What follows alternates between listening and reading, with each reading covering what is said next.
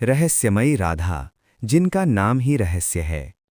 वृंदावन की पावन भूमि, जहाँ हर कण में श्री कृष्ण का वास है। पर इसी वृंदावन में एक ऐसा नाम भी है जिसका उच्चारण होते ही हवा तक ठहर जाती है, राधा।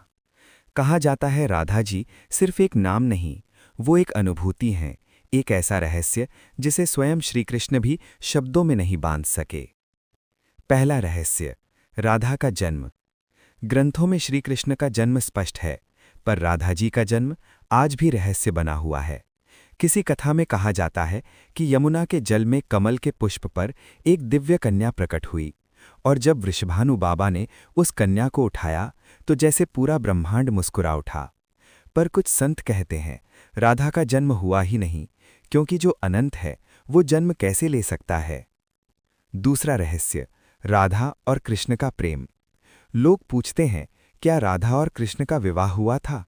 उत्तर में संत केवल मुस्कुरा देते हैं, क्योंकि राधा कृष्ण का प्रेम सांसारिक बंधनों से परे था।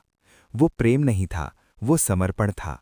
राधा ने कभी नहीं कहा कृष्ण मेरे हैं, उन्होंने कहा मैं कृष्ण की हूं। और शायद इसी कारण कृष्ण ने कभी बांसुरी से राधा का नाम अलग से नहीं लिया, क्योंकि हर स्वर में राधा ही तो बसी थीं। तीसरा रहस्य, राधा का मौन। कई कथाओं में लिखा है राधा जी बहुत कम बोलती थीं।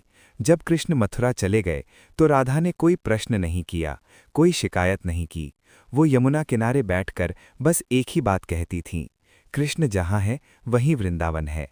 कहा जाता है उनके मौन में इतना प्रेम था कि कृष्ण मथुरा में बैठकर भी उस मौन को सुन लेते थे। चौथा रहस्य, राधा का अदृश्य होना। एक दिन वृंदावन में कृष्ण की बांसुरी अचानक मौन हो गई। गोपियां घबरा गईं, पर राधा मुस्कुरा दीं। धीरे धीरे राधा जी यमुना की ओर बढ़ीं, और कहते हैं उनका शरीर नहीं, उनका अस्तित्व यमुना के जल में विलीन हो गया। उस दिन से यमुना और भी पवित्र हो गई। अंतिम रहस्य, राधा आज भी हैं।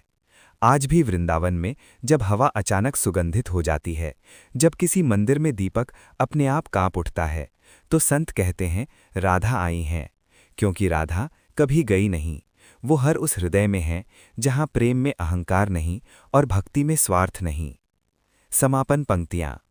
राधा को जानना हो तो कृष्ण को नहीं, अपने हृदय को देखो, क्योंकि जहाँ सच्चा प्रेम है वहीं राधा हैं।